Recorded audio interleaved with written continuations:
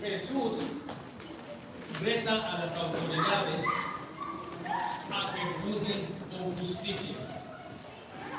Jesús reta a las autoridades a juzgar con justicia. Vamos a leer, hermanos, la porción de la palabra que nos corresponde. Y le voy a pedir a mi esposa si me permite, por favor. O si alguien puede leer, hermanos, Juan 7, 14 al 24, o si lo pueden poner en la pantalla. Juan 7, 14 al 24, hermanos. Dice: mas a la mitad de la fiesta subió Jesús al templo y enseñaba. Y se maravillaban los judíos, diciendo: ¿cómo sabe este letras sin haber estudiado? Quiero que pongan la atención de ahí, hermanos, porque eso va a tener mucho que ver con la predicación y el cómo ellos no podían entender las enseñanzas de Jesús. Jesús le respondió y le dijo: mi doctrina no es mía, sino de aquel que me envió. El que quiere hacer la voluntad de Dios conocerá si la doctrina es de Dios y si yo hablo por mi propia cuenta. El que habla por su propia cuenta, su propia gloria busca. Pero el que busca la gloria del que lo envió, este es verdadero y no hay en él injusticia. No, perdón, si me ayudan a leer. No os dio Moisés la ley y ninguno de vosotros cumple la ley. ¿Por qué procuráis matarme? Respondió la multitud y dijo: demonio tienes, ¿quién procura matarte? Jesús respondió y les dijo: una obra hice y todos os maravilláis. Por cierto, Moisés os dio la circuncisión, no porque sea de Moisés, sino de los padres. Y en el día de reposo circuncidáis al hombre. Si recibe el hombre la circuncisión en el día de reposo, para que la ley de Moisés no sea quebrantada, ¿os enojáis conmigo porque en el día de reposo sané completamente a un hombre? No juzguéis según las apariencias, sino juzgad con justo juicio. Ese es el tema. No juzgue por las apariencias. Hermanos, ¿cómo juzgas tú a Cristo? ¿Qué piensas tú de Cristo? ¿Quién es Cristo para ti en realidad? Para muchos cristianos, hermanos, Cristo es solamente, hermanos, el genio de la lámpara maravillosa, al que tú le pides y él te tiene que cumplir tus deseos. ¿Cuántos cristianos no tienen a Cristo, hermano, como un genio de la lámpara maravillosa? ¿Cuántos aquí, hermanos, todos los días pedimos al Padre en el nombre de Jesucristo? Pero ¿cuántos aquí, hermanos, pedimos al Padre en el nombre de Jesucristo sujetarnos a obedecer y vivir su palabra? ¿Sí me entienden? ¿Cómo juzgas tú a Cristo? Al que murió. Y hermanos, vamos a ver que no somos muy diferentes de los fariseos. Que tu posición y mi posición no está muy lejana de cómo ellos miraban a Cristo y cómo lo miramos nosotros hoy en día. Hay dos versículos claves aquí, hermanos, donde le dice, hermanos, 7:19, ¿no os dio Moisés la ley? ¿De qué nos acusa, hermanos? ¿De qué nos acusa 7:19?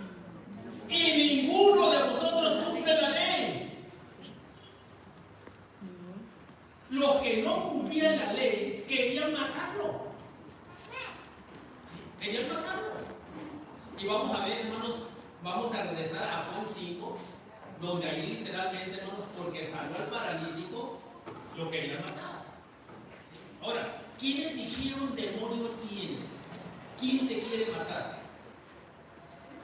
No fueron los líderes religiosos los que dijeron esto. Hermano, ¿qué se estaba celebrando? ¿Qué fiesta se estaba celebrando? La fiesta peregrina, la fiesta de los tabernáculos.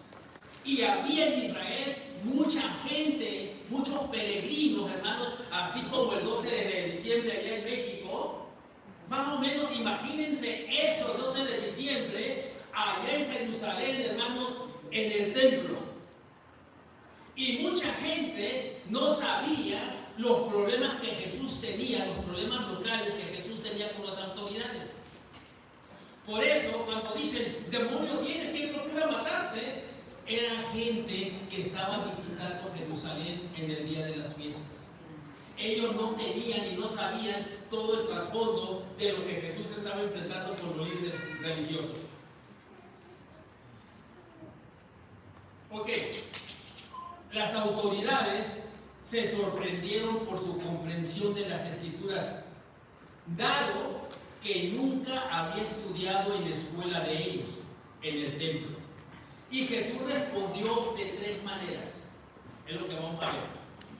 Jesús respondió de 3 maneras a la evaluación implícita que aparece en el versículo 15. ¿Qué dice el versículo 15, hermanos? Y se maravillaban los judíos diciendo, ¿cómo sabe este letras sin haber estudiado? ¿Cómo sabe este letras sin haber estudiado? Recuerdo aquella ocasión en Nuevo Laredo, me tocó ir, hermanos, a un culto de varones en una de las colonias pobres de Nuevo Laredo. Y hermanos, el pastor pues era albañil igual que yo. Y el pastor, hermanos, pues no tuvo tiempo de ir a su casa a bañarse y cambiarse. Y llegó del trabajo directo a la iglesia a predicar. Y yo iba más o menos así. Y hermano, cuando lo vi, se llenó de arrogancia mi corazón, Toño Martínez. Cuando vi a mi consiervo, ¿sabes qué dijo? Es esa, atenta. ¿Y este que me va a enseñar a mí?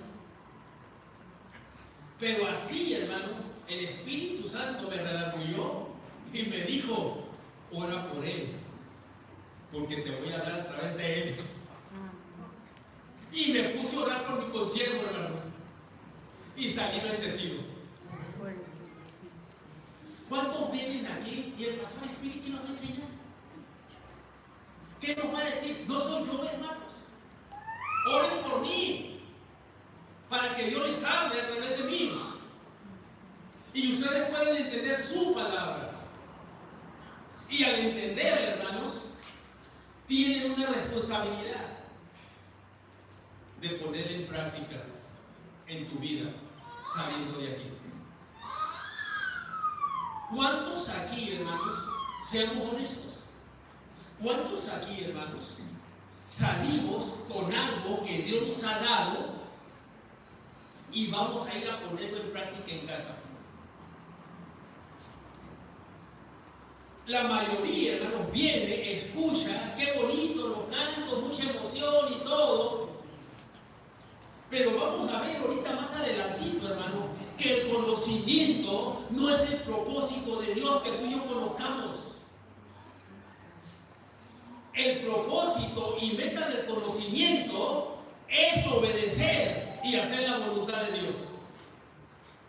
¿Cuántos no conocen la palabra de Dios? Y la pueden repetir de memoria, pero no la ponen en práctica en sus momentos difíciles. Cuando nos tenemos que sujetar, hermanos, en medio de los problemas, en medio de la tormenta. Y como no nos gusta, hermanos, hasta ahorita mi experiencia como pastor, hermanos, con miembros de las iglesias donde he estado, el problema más grande, cuando hay problemas con los miembros de la iglesia, el problema más grande es perdonar y permanecer. Porque todos han dicho, sí, los perdono, pero no me puedo quedar, me tengo que ir. Imagínate ahorita que le digas a Jorge Arturo, te perdono, mijo, pero te me largas de la casa. No puedes. Mamá, pero me estás perdonando. Sí, sí, pero no te quiero volver a ver. Bueno, eso es lo que hemos vivido hasta aquí y no lo podemos negar, hermanos. Ayer mirábamos, hermano, que las iglesias están gordas, pero no por evangelismo, por movimiento de hermanos que van de una iglesia a otra iglesia. Pero no están creciendo por evangelismo puro, hermanos. Están creciendo por migración de hermanos a otras iglesias. Cuando la Biblia dice, hermanos, juzguen con justicia y vean si lo que yo estoy haciendo es de Dios o es de Satanás. Porque al querer, hermano, matar a Jesús, los líderes literales estaban diciendo, hermanos, que Jesús estaba en contra de su Padre, perdón, en contra de Dios, porque nunca aceptaron que Jesús fuera el Hijo de Dios. Y ellos, hermanos, que conocían la ley, ellos se creían los defensores, ¿sí?, de cuidar que se cumpliera la ley. Ahora, en primer lugar, Jesús identifica la fuente de su enseñanza. Escuchen, todo maestro tiene que dar razón de a dónde aprendió lo que está enseñando. Por eso, ellos no podían comprender cómo Jesús supiera tanto de la palabra de Dios sin haber estado en las escuelas de ellos. Y Jesús identifica quién es su maestro. Dice, al igual que los demás maestros, Jesús transmitió no cosas propias, sino las que había aprendido de otros. Pero al contrario de los demás, Jesús no fue enseñado por ningún rabino, sino por Dios mismo.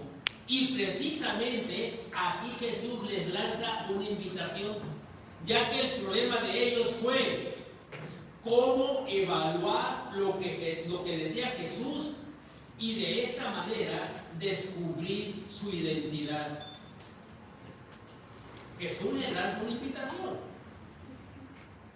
¿Cómo evaluar lo que Jesús decía y de esta manera descubrir su identidad? La solución de Jesús fue sencilla.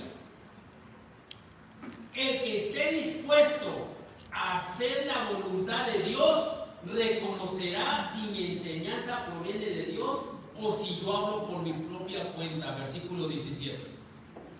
Ese es el reto, hermanos, para nosotros. Se lo estaba lanzando a los líderes religiosos de aquel entonces. El reto nos lo está lanzando a nosotros como iglesia. El que esté dispuesto. ¿Cuántos aquí estamos dispuestos a hacer la voluntad de Dios, hermanos? Y al hacer la voluntad de Dios, hermanos, vamos a reconocer si la enseñanza de Jesús proviene de Dios o si Él hablaba por su propia cuenta. Versículo 17 dice, hermanos, el que quiere hacer la voluntad de Dios conocerá si las doctrinas de Dios o si yo hablo por mi propia cuenta. Hermanos, ¿cuál es el problema? En otras palabras, el fondo del problema no era intelectual, era volitivo. No era cuestión, hermanos, de saber. Era cuestión de cambiar nuestra manera de pensar respecto a Jesús. ¿Para cuántos aquí, hermanos, Jesús ha sido solamente el Salvador? Pero Jesús jamás ha sido el Señor de tu vida. ¿Cuántos aquí en esta tarde, hermanos, tenemos que dejar de pensar en Jesús como el Salvador, chavito? Y empezar a vivir como el que tiene poder sobre mi propia vida, sobre todo lo que soy, sobre todo lo que tengo. No es cuestión de saber, es cuestión de cambiar nuestra manera de pensar hacia la persona de Jesús. No era cuestión de realizar investigaciones, sino de obedecer al Padre. La misma realidad nos confronta a los seres humanos hoy en día.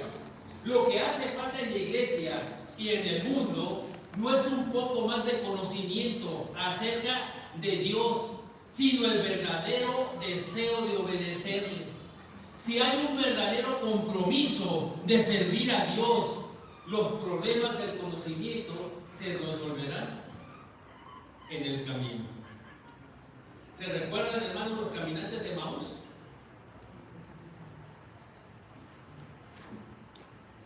¿Quién de ellos pudo discernir que era el Cristo resucitado el que iba a su lado? Uno. Hasta que se fue de su lado y lo vieron hacer algo. Y dice: ¿no ardía nuestro corazón cuando nos exponía las Escrituras?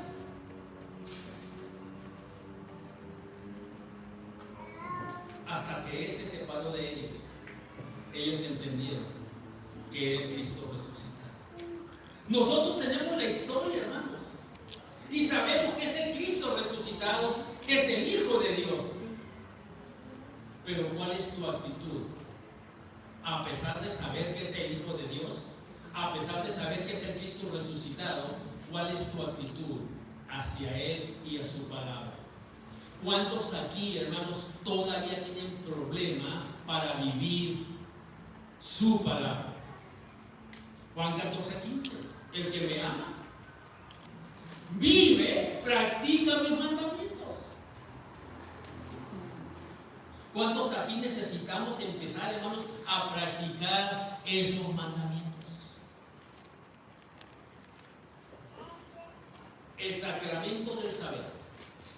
El sacramento es un subpunto bajo esto, el sacramento del saber. Escuchen, hoy en día, a lo que más se parecen nuestras iglesias, sin temor a equivocarnos, es que parecen escuelas. ¿Estamos de acuerdo, hermana Yuri? Que todas nuestras iglesias, hermanos, parecen escuelas. Dice, hermanos, y no solo porque tienen aulas y clases de escuela dominical. Si visitamos las distintas reuniones de las congregaciones, lo que más resalta es el esfuerzo por enseñar a la gente. ¿No es así, hermano César? Tenemos clases el martes, estamos teniendo clase el domingo y el hermano ya está promoviendo la siguiente clase el martes. Escuchen. Dice, lo que más resalta es el esfuerzo por enseñar a la gente. En los cultos, en los estudios bíblicos y hasta los cultos llamados de oración, lo que más se encuentra en la iglesia son momentos de enseñanza y aprendizaje. Y hay mucho que es bueno en todo esfuerzo educacional. Definitivamente Jesús invirtió una buena parte de su tiempo en lo mismo. Trabajó con gente que aún en aquel entonces se consideraba pueblo de un libro. Y ese libro, con la adición de lado, lo que ahora llamamos el Nuevo Testamento, merece muchísimo estudio. Se había dicho que ese libro, una colección de 66 libros, es el más difícil que existe. Escrito durante centenares de años por muchos autores y en 3 idiomas. La Biblia es innegablemente rica, compleja y por ende difícil. Entonces, tiene mucho sentido que la iglesia funcione como empresa educativa. Y más importante, se trata sencillamente de un punto de obediencia. El mismo Jesús nos llamó al trabajo formativo cuando dijo en la Gran Comisión: vayan y hagan discípulos o aprendices de todas las naciones, bautizándolos en el nombre del Padre, del Hijo y del Espíritu Santo, y enseñándoles. Mateo 28, 19 al 20. No obstante, dicho todo eso, es factible preguntarnos en el sentido de lo que hacemos.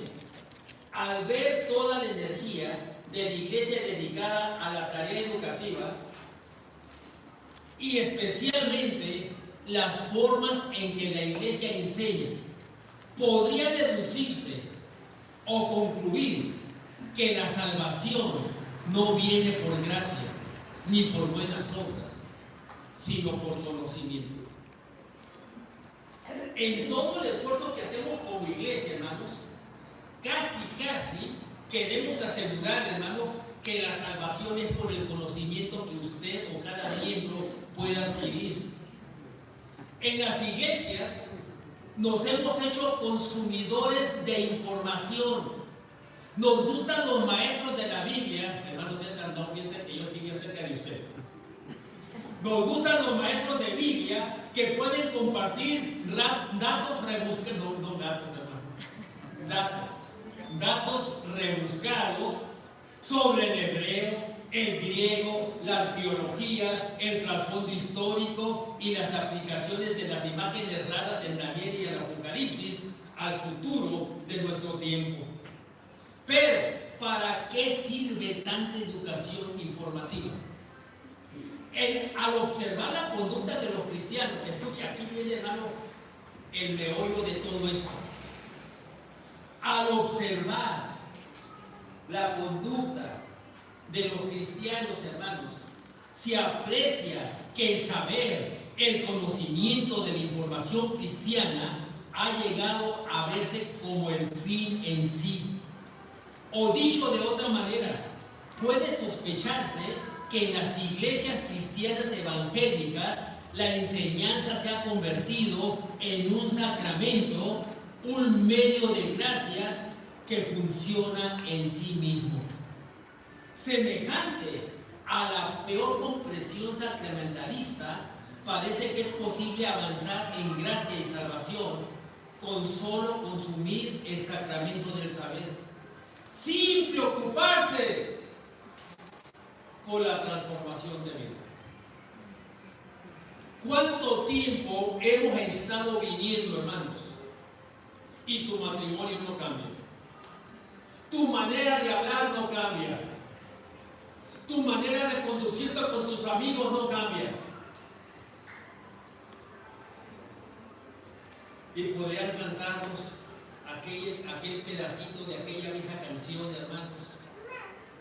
A pesar de saber tanto, hermana Sofía, pueden decirnos, pero tú sigues siendo el mismo. ¡Qué tremendo!, ¿no, hermanos? Que la gente no pueda ver una transformación en nosotros. Pero ¿cuánto sabemos? El propósito de conocer es decir, como dijo el Hijo, hágase tu voluntad y no la mía. Porque cuando tú conoces lo que Dios tiene para ti y para mí, hermanos, usted quiere que la voluntad de Dios se cumpla en su vida. Porque dice el Señor que los planes que Él tiene para nosotros son de vida y no de mal. El Señor tiene lo mejor para cada uno de nosotros. La única responsabilidad al saber eso, hermano, es empezar a vivir de acuerdo a la palabra escrita. En todo momento, si somos honestos, tenemos que reconocer que el saber no es ningún sacramento de funcionamiento automático. Tú ya sabes y tú ya te transformas. No, mire, hermano, el hijo de Juan, el nieto de Alicia, nos enseñó a hacer un avión murciélago. Y le pidió a su tío, quiero que me compres hojas negras porque voy a hacer un avión murciélago. Y hermano, cuando lo vimos volar allá, el avión vuela, pero en cierta parte, hermano, sus alitas hacen esto. Así del papel, hermano, está volando. El cómo lo formó, no sé, hermano. Y yo tengo que juntarme con él porque quiero aprender a hacerlo. Pero hermano, él avienta el avión y el avioncito hace esto, hermano, con sus alitas. Literalmente hace esto. ¿Sí me entiende, hermano? Él sabía. Pero lo llevó a la práctica. Y yo pude ver en la práctica, hermanos, lo que sucede. Él tenía su avioncito murciélago. al principio era una hoja así, hermanos. Pero él aplicó el conocimiento, fíjense bien, y le dio forma a esta hoja. Y la formó de tal manera, hermanos, que esa hoja cumplió su función. Tú y yo somos esa hoja. Juanito representa, hermano, esa hoja cayó en las manos de un maestro que le dio forma y, hermano, esa hoja empezó a volar y tuvo la forma de murciélago. ¿Qué ha hecho Jesús con la hoja de tu vida? ¿Te ha dado forma? ¿Realmente, hermanos, vives como Cristo? ¿Hablas como Cristo? ¿Te conduces como Cristo, hermanos? ¿Cuántos de nosotros en esta tarde, hermanos, necesitamos, a pesar de saber tanto, agarrar nuestra hoja de nuestra vida y ponernos en las manos de Jesús y decirle: enséñame a ser como tú?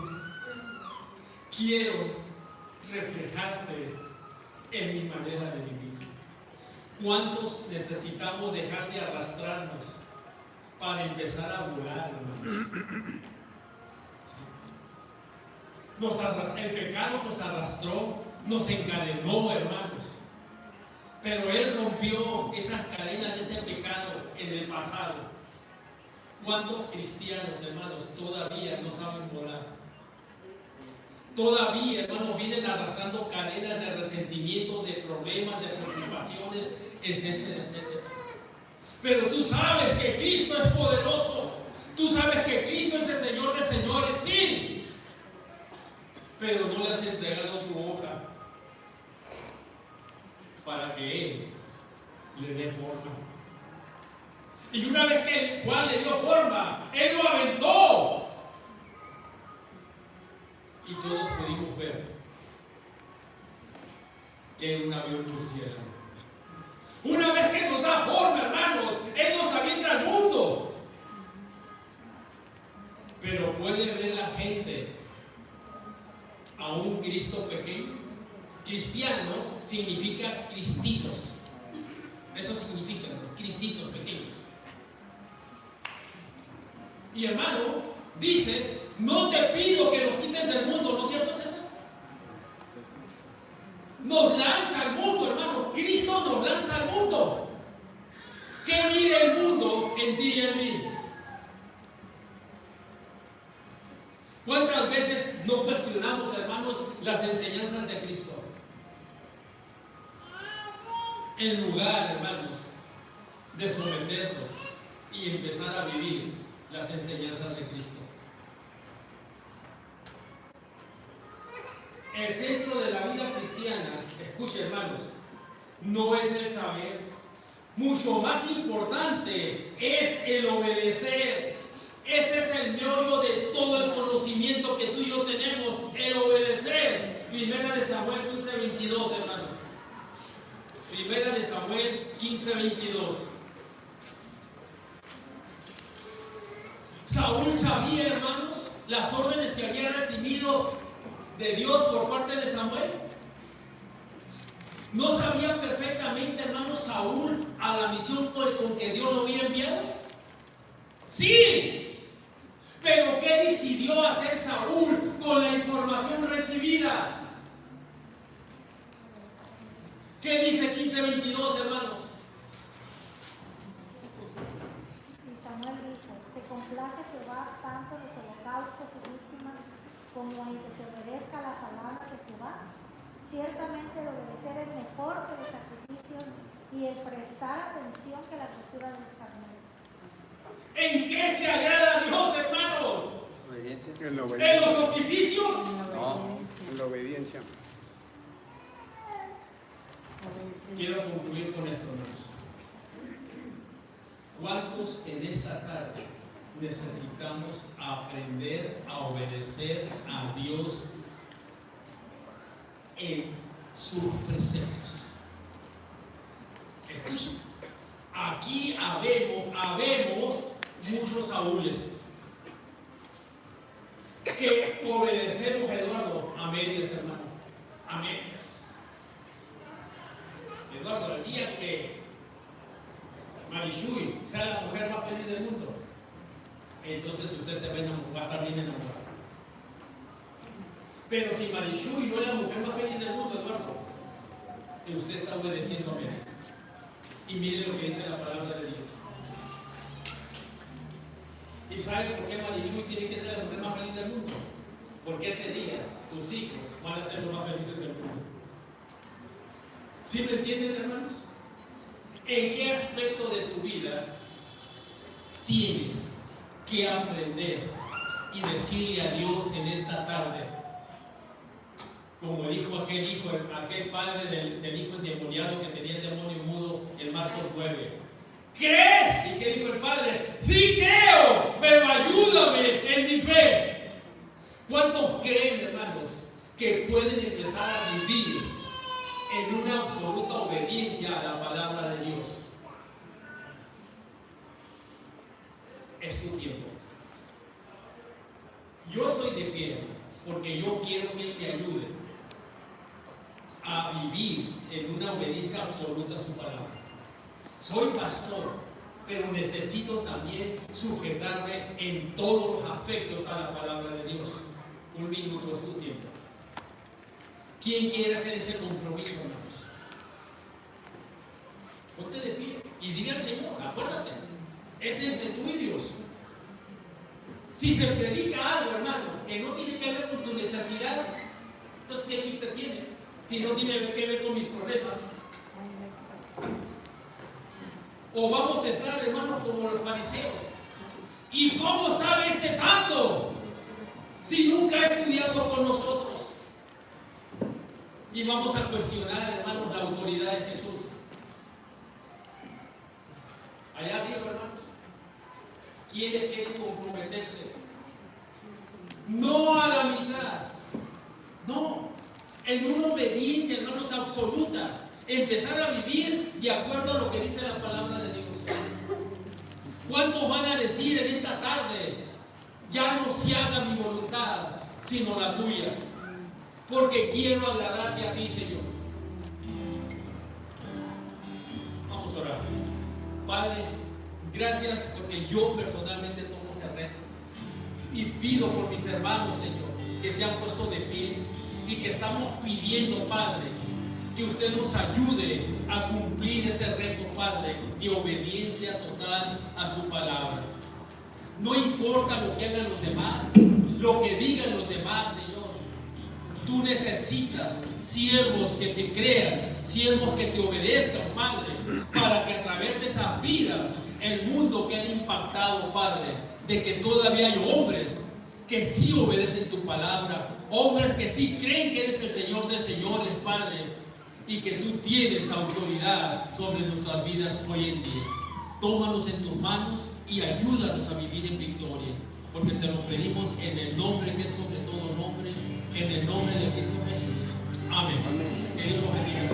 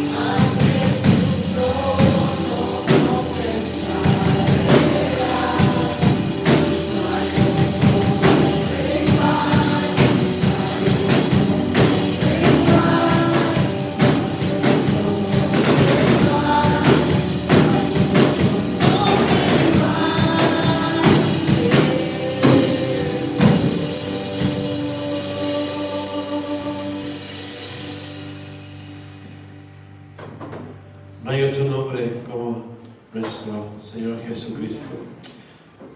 Dios, te damos muchas gracias por este tiempo que nos estás regalando de poder estar juntos como tus hijos, juntos como tu iglesia. Reconocemos que tenemos que ser uno como tú y el Padre son uno, Señor. Ayúdanos, Señor, a hacer luz en medio de las tinieblas. Fuimos enviados al mundo, pero no para comportarnos como ellos, sino para hacer luz, brillar, sino que tu luz brille y vidas sean transformadas, Señor. Permítenos ser esa iglesia que tú, Señor, has visto. Ponemos en tus manos que tu presencia vaya con nosotros, Señor, en este inicio de semana y aún en este pequeño puente que va a haber, Señor, podamos glorificarte como familia cuando pasemos el tiempo juntos. Sea con nosotros hoy y siempre, en el nombre que es sobre todo nombre, en el nombre de Jesús. Amén, amén. Que el Señor bendiga, mis hermanos, y mañana a las 6 de la tarde tenemos la noche mexicana aquí en la iglesia. Quien guste venir es invitado. El pozole a las